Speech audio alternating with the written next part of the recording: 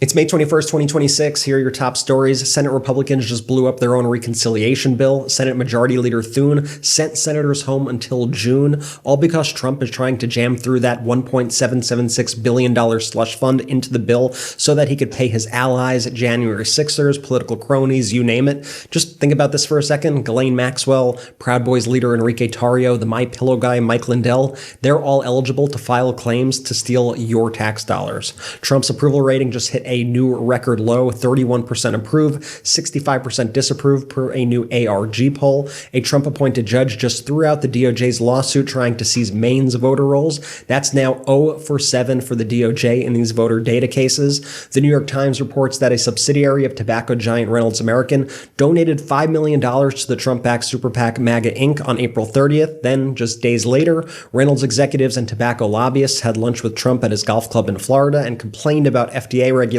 on flavored vapes. The administration then loosened their restrictions less than a week later, causing the FDA commissioner to resign in protest. A federal judge has ordered the White House to comply with the Presidential Records Act.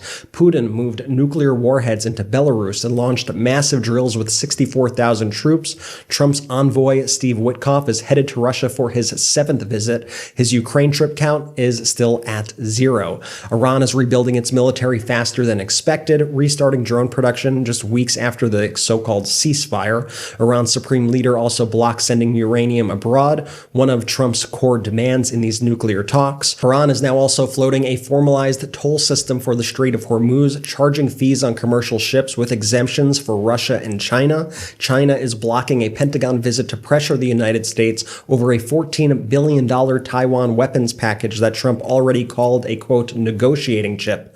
Turkey slashed its U.S. Treasury holdings from $16 billion to $1.8 billion in March. When asked today about his son's upcoming wedding, Don Jr.'s wedding, Trump said, and I quote, "He's a person I've known for a long time." He said that about his own son, and Trump said that he's not sure if he will actually be able to attend the wedding.